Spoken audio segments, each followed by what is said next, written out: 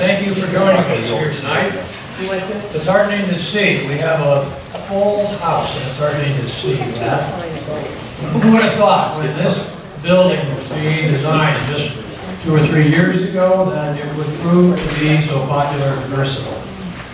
This is our fifth, and I say our, Historical Society, fifth event here, and each time we draw in excess of 120 people, I think in large part due to the facility itself. Well, now we return here and have our focus on the mailboat Santiva. It was not only a mailboat, iconically used to transport people, supplies, food, and as well as mail. And we're fortunate tonight to have some who were on it. And in fact, by the way, if you haven't seen, next door we have a scaled down version of the Santiva that I hope you'll get a chance to visit if you haven't already. It's open until 8 o'clock tonight and is well worth spending some time on. And I would suggest you take a minute to do that. Now, before the film tonight, I want to recognize our supporters and our suppliers. Tonight, we have the Sandcap Trust, Santiva Captiva Trust Company, who has underwritten this opportunity. The Captiva Island Yacht Club supplied food and beverage. And in our other events during the course of the season, we have been underwritten by Twin Waters Inn, South Seas Resort, Island Store, Sanctuary Golf Club. I'd like to give a round of applause to all of those suppliers.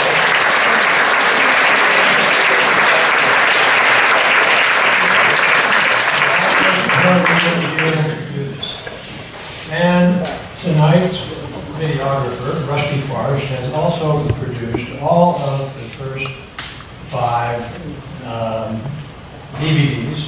And Rusty, where are you? You just raised your hand.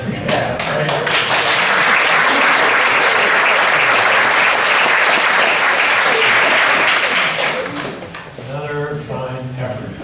Rusty, this was just a great short film. And for me, I guess, I was particularly excited about this film because it's the Santiva, and it's a 45-foot boat, and I happen to have a boat called the Santiva. It happens to be 45 feet. And we also run from Andy's dock where the Santiva did and all that. So I was really pretty enthused about the project when Rusty was talking about doing it. But I will tell you this, though. This story is less about a boat than it is about a family. It's a great story about the Singleton family. Remarkable story. Ruby and Ray told the story of their family, but it's just an incredible period of time in American history. It's something I told Ruby today and her son that it really should be on the American Experience.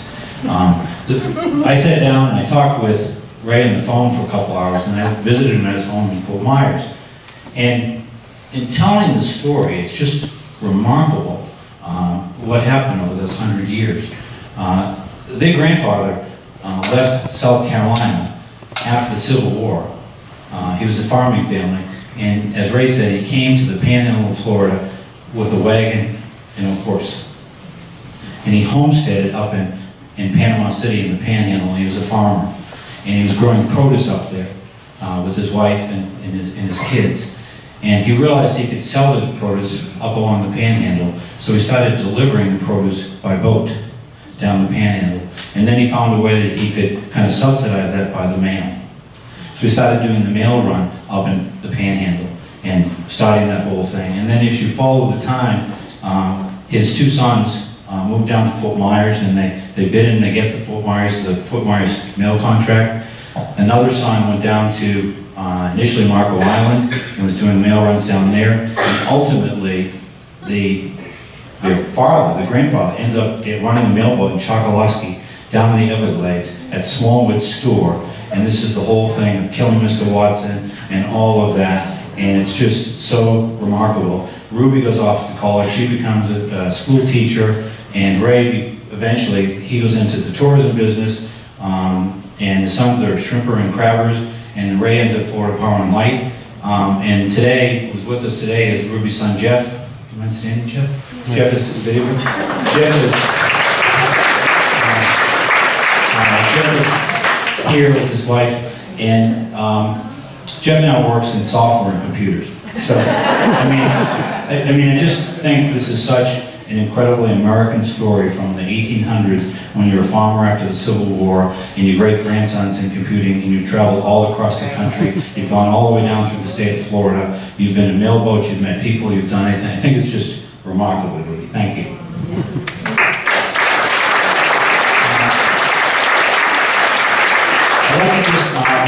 And I was really I spent so much time with Ray on the phone in person. I really wish he was here, but I'm going to show you some of the things he gave me in his house that just give us a sense of some of his memories, and maybe they'll provide some of mine. I was talking to Ruby today. She hadn't seen her cousin in a while, and just telling her some of the things. It was just, for me, just really remarkable to hear these personal stories. Chris, you can just, yeah. Do I have the 10th target here? Is the whole thing? This is Captain Ray, Engineer Ray's captain's license, and it's really interesting that Ray was particularly proud to show this to me because he said, "I want you to show you who is his sponsor," and it's J.T. Smoot, who's Tom Smoot's dad. And Tom will speak today, but it was just remarkable during that time how these families were so close to one another and helping one another. And Ray told me a story about the Smoot family. He said when he was 12 years old, his dad gave him a boat for Christmas. And it was just like the best thing that could ever happen. And so we went down to Southfish, which was Tom Smoot's dad's business, and all had marine supplies. And he was roaming around the store looking for these oars. And Mr. Smoot came up to me and said, "Junior, what are you doing?" And he said, "Well, my dad gave me a boat for Christmas, and I'm trying to find some oars." He said, "Well, did you find any?" And he said, "I found a pair I love." And Tom's dad said, "They're yours. It's a Christmas gift from the Smoot family." So there were these stories that were coming up today, and we'll get to Tom a little later, but talking to Ray and Ruby on the phone, it was just really heartwarming to think about their family, the travels they made, the friends they had, and the lives they lived. Chris, did you go through that? Yeah, we're going back first. This is a little hard to read, but I'll try to go through it quickly. When Rusty had called Ray, he painstakingly went through the whole history of the boat. I don't know if you can read it all here, but as you saw in the video, my feeling is this is really about the Singleton family coming down and doing this, and they came down here, and from 1904 to 1936, it was the Kinsey brothers who were running a steamship called the Gladys. And Ray said that just as we're very fond of the Santiva now, the Gladys had become very part of the community here, and everyone loved it. It was a steamboat, and here come these guys from the Panhandle, and they make a bid on the contract, and they bid $1 a week less, and they won the contract. And he said, those people in Captiva and Santiva were none too happy to see us from the Panhandle. They loved that steamboat. But he said, we made sure that we won it over, and eventually, as Betty said, the boat sank, so I guess they got over it. They started with a small boat, and he said, if you can imagine, they had this big Gladys steamboat, and we came in with a little 38-foot mackerel to replace it. So in terms of Santiva and Captiva, it was a real downsizing for them. And they realized that, so they got another boat, which was a 38-foot Rambler, and they ran that for a while, and they realized that was too small too. So here are these two young enterprising guys who are trying to make a way down here. They have a contractor on the mailboat, and they decide to build their own boat, the Santiva. And they go up to the Panhandle where they were from, and they commission the building of this boat. And Ruby's dad is the captain. He stays here running the mailboat. But Ray goes up to help oversee the building of the boat, and I said, well, when did you get it down? He said, we brought the boat back down to the Panhandle in 1940. And I said, how did you get it down here? And he said, well, he came down with Andy Rossi. So Andy Rossi went up with Ray Singleton and brought back the brand new Santiva down to Florida. I mean, just remarkable, isn't it? They finally, they ran the Santiva until really 1952, and then they gave it off to Captain Palmer Ladd, and they did other things. I mean, the thing that's great, the story about the Singletons I really love, is the evolution, the ingenuity of the family. They saw the times changing, and they changed with it. You know, it seems to me that people now talk about how things aren't like they used to be, and they change, but to be honest with you, I think that part of our life in the 1940s and 50s was an anomaly, where things did stay the same, and people stayed in the company for 30 years. That was never how it was, and it's not how it is now. And these folks knew that, so they went from being farmers to boat people to fishermen to whatever it took to evolve over time, and they moved into tourism.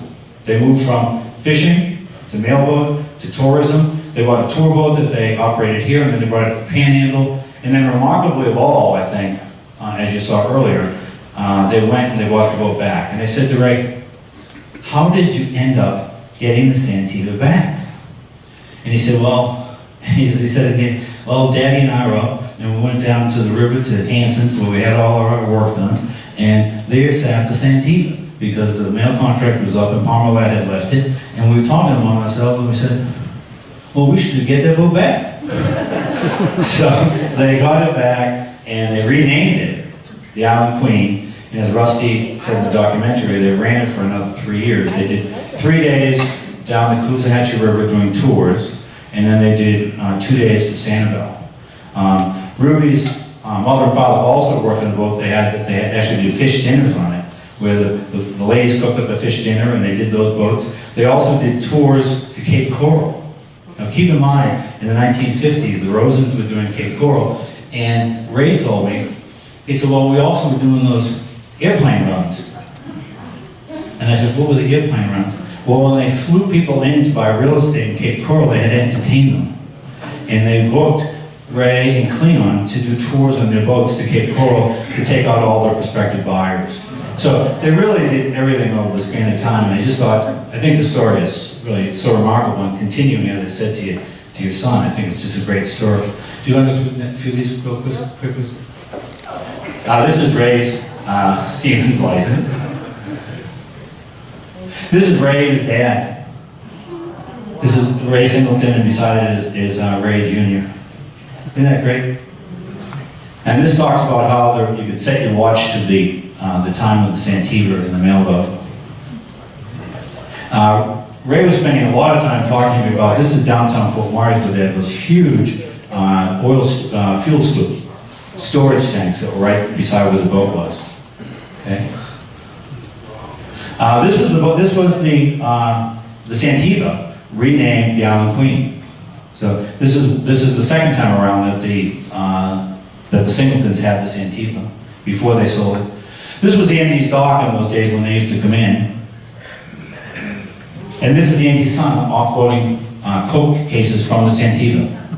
That's Charlie Rossi and Hunky Coons. And they can see that. Now, Ruby's family especially moved into doing yachts and yacht delivery. And this is again part of this whole evolution of finding where the jobs are and where the money is making. So Cleon and sometimes Ray with him did yacht deliveries, and this boat was called the Sea Chest. And it was owned by a very wealthy gentleman who had a iron mill up in Davenport, Iowa. And they used to do the trip up the Mississippi River, bringing the boat back and doing tours with them down here. And sometimes the ladies also went on for part of the trip too, I think. Yeah, Mrs. Singleton went on it too. Is this a boat that you went on with your boyfriend? I think so. Ruby said her dad let her take one of these boats with her boyfriend. So, also interesting, I was saying when you're doing the trips up the Mississippi River, at that time, or around that time, there would have been a famous boat coming down to Captiva. Did you ever hear of a boat called the Wannigan? Which is a boat that came down from Minnesota. And he said, oh, sure, I know the Wannigan. That was Miss O'Brien's boat. Alice O'Brien, who lived on Captiva, very famous. David McKenzie and others said the only way you could make a phone call on Captiva in those days was by the marine radio on Alice O'Brien's boat. It was docked here in Santiva. Alice O'Brien was a very, very famous person on Capio. So I knew Miss O'Brien's boat, but I knew better her captain, Belton Johnson. Belton Johnson's house is beside the library. Okay? There's a little house, a little beige house where the sheriff lives. That's Belton Johnson's home. He was the captain for Alice O'Brien. And he said he used to do the trips up the Mississippi River all the way to St. Paul, so he knew all of the ways, and he used to give them bids and contacts for them to get business to do those trips. So I thought that was just remarkable of their connections with Andy Rossi, Belton Johnson, and the Smoots and everyone else. And I think the whole transition and transformation of your family from South Carolina post-Civil War to all this is just, I think, a remarkable family history. Do we have any more, Christina? Yeah, this is again the sea chest. And this is the lads, but we saw that earlier. There's also an ending to the story of the sea chest. As it turned out, Ray was telling me toward the end, a little sheepishly, why did that business end? And Ruby smiled at him. He said, well, he got himself in a little trouble there. He got convicted of tax fraud, and they took the boat away, and that was the end of that business. It wasn't the dad, it was the clients.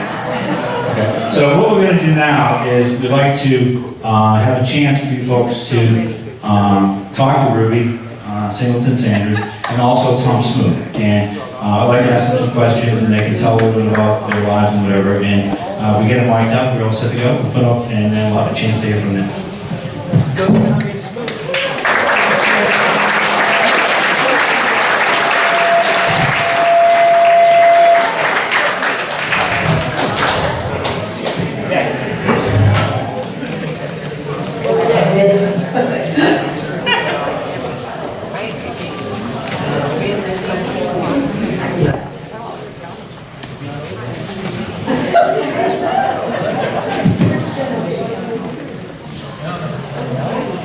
What did you do to get your name on it? Well, I think we'll start with Ruby. Just Ruby, can you tell us a little bit about what it was like with your dad in Melbourne and how it was living and working with a guy who was your dad who was working 6 days a week? So I didn't see much of him. It was, to me, of course, it was just my dad's job. Didn't think that I would end up here talking about it as history. He was gone in the morning by 6 o'clock. Mother would pack his lunch. And at that time, we only had one car until after the war was over. And he had that 36 Chevy. And he took the back seat out of it so we had room for the mail. So we had no car. We had to walk from our home on Crawford Street to the A&P by groceries. And then after the war, we got a brand new 48 Pontiac, and we had 2 cars. And as I said, I didn't see him again until nearly 6 o'clock in the evening. And that was 6 days a week. There was a time when they even worked a 7th day, and that was during World War II. And they would take the Santiva and take boys from Pagefield and Buckingham and whoever else wanted to go. And they would go up Orange River, and there was a lady who had a beautiful big old house up there. And they had made arrangements with her, and they would stop there and she would serve them lemonade and cookies. And the only other story I remember from that was they would entertain the people on the boat, because there was a big old gator up there that evidently was blind. And my uncle would throw a loaf of bread and hit him on the nose. So he had a treat so he would come up so they could see the gator. That's about all I remember about that. But you had a chance to go on the Santiva though, Ruby, when you were a kid. Well, summer vacations. It was a big deal. We had to pack a lunch and go with Dad at 6 o'clock in the morning down to the boat and come over. And I remember that swisher very well. We used that a lot. And I remember what I was telling my son today. My son has never spent much time here, and I made him come and do this. But he smiled, and he's been very nice about it. But he didn't know a lot of this stuff. He knew his grandfather, but he knew him, of course, as an older man. Probably not till after we retired from yachting, almost. What was your dad like, Ruby? Who was your He was a father? very quiet fellow, both of them were. Both he and my uncle. They were of a family of 5. There were 4 boys and 1 girl.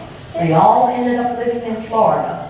But it's like I said to Ray, when I got my son to look Ray up and locate him, I really didn't even know anything about him at this time. And my son found him and gave me the phone number. And I called him and we talked for 45 minutes. And as I said to him then, we Singletons are not very good about getting together. So it was neat to see him. And I hope to visit him tomorrow if he's well enough to see us. Now, how about the time when your mother was working on those fish dinners and that type of thing, Ruby? Well, that was the River Queen. Right. They built, I think they built the River Queen too, very similar to the Santiva. Actually, yes, they did. They built it up in Punta Gorda. Oh, okay. And my mother and my Aunt Ethel, Ray's wife, would do fish dinners, and they were, I think they were going like out to the islands at that time too. They did that for just a few years. I think my mother and my aunt got tired of doing fish dinners on the boat.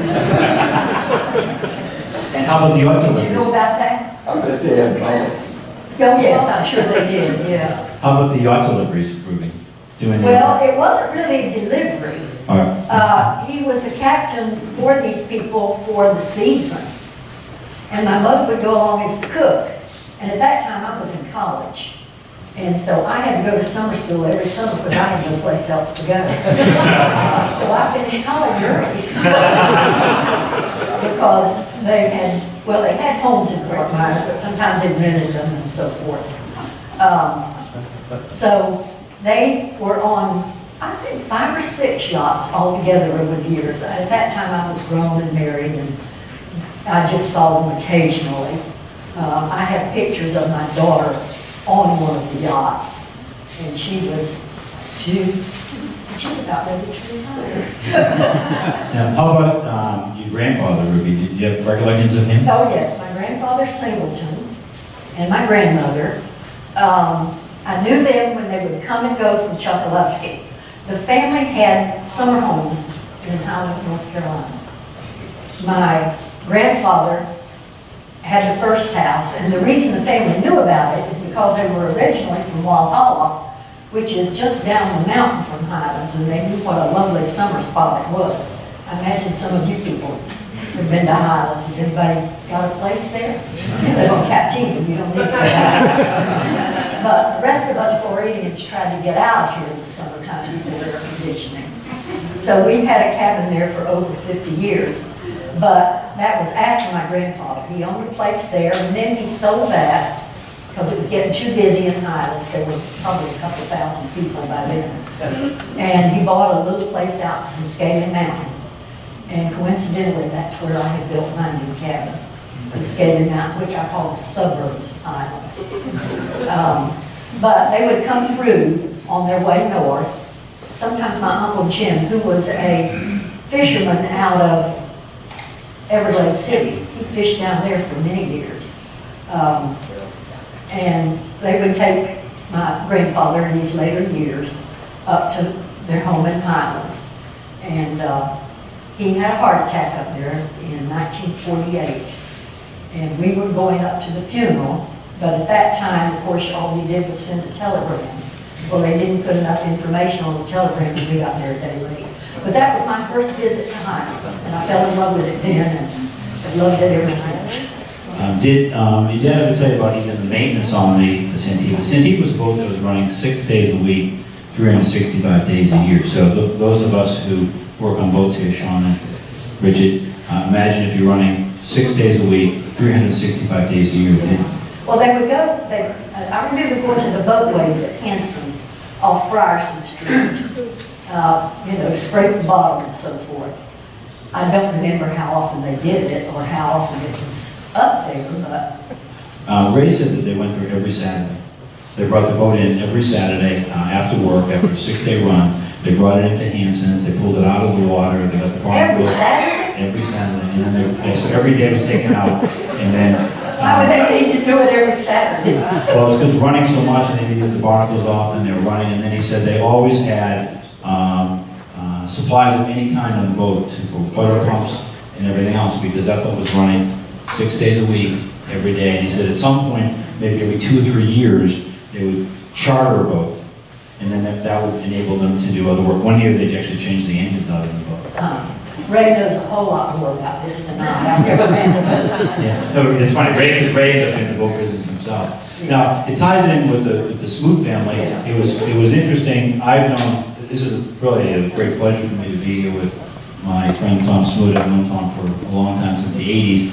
Interestingly enough, in my relationship with Tom, I was looking for an excellent attorney in Fort Myers, and someone said, you have to find Tom Smoot. He's a gentleman and an excellent attorney. So I went in and found out that he was both of those things. And Tom ended up representing me with the Rossi family on the acquisition of the property. So Tom knew the Gilberts and the Rossis. He knew them all from being out here, and he was the person who actually represented me. And Tom's family came here from South Carolina as well. And Tom, do you want to tell about South Fish Company? Yeah, my dad first moved to Everglades City from South Carolina. He came to Everglades City just before the crash in 1929, and took my mother from North Carolina with him.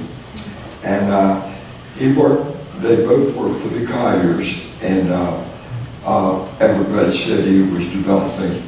Everglades City is a mecca for retirees, and it still is about the same state of completion as it was back then. But Collier was very, very successful. He ended up owning essentially all of Collier County, and it had already been separated from Lee County. It used to be part of Lee County. But anyway, my mother was hired away from Collier by Riggs Fish Company, and Mr. Riggs had an interest in the South Fish Company in Fort Myers, and he sent my dad out to manage it. My dad didn't know a redfish from a tarpon, but he became very successful in the South Fish Company. The South Fish Company had existed since 1917, I believe. The way the fish companies work. You'd like to share with Ruby and Tom, or anyone in the group that having been on it or whatever? Genevieve, do you ever remember going on that? No. I had a 12th birthday party on that boat. I had a 12th birthday party on that boat. Were you invited?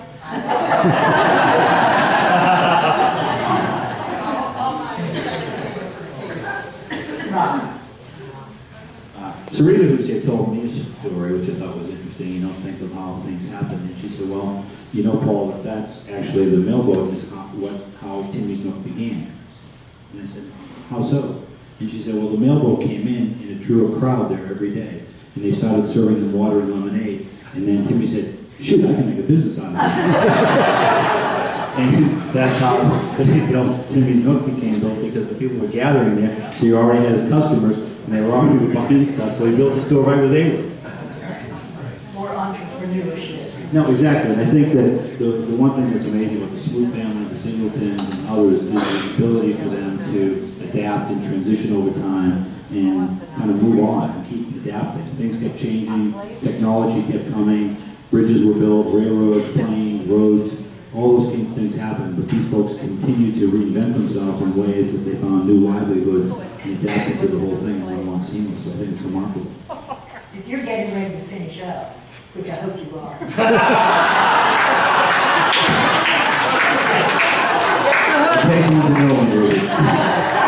I just want to thank the people that I have worked with. Rusty, who even offered to come to Tarpon Springs to talk to me. But it turned out I had a friend who wanted to come down to Fort Myers to go to the Echo Farm. Yes. working with Paul today, talking to him and Tom. I've just thoroughly enjoyed this whole experience.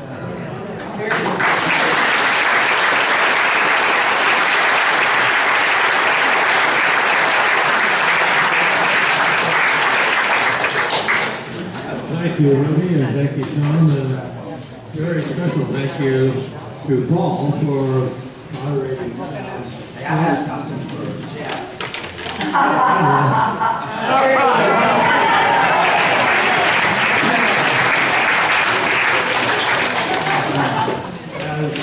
said earlier, this is our 6th and final event. Incidentally, thank you. I didn't realize this is our 6th and final event. I would like to ask all of the Mystery Society Board of Directors to stand up wherever you are. I know there's a bunch.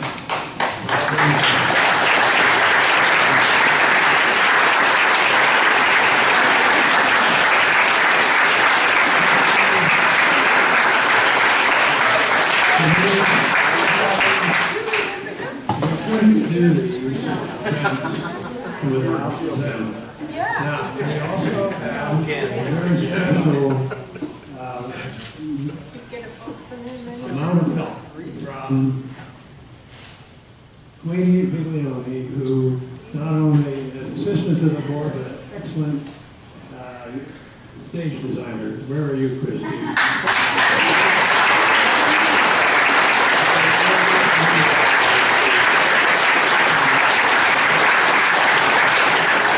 Queenie has designed these stage sets.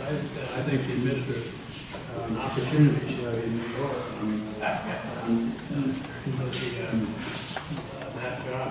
But thank you for coming. It's been a great season, and look forward to next fall when we have a new batch of events. And if you like these, come back and do it again next fall.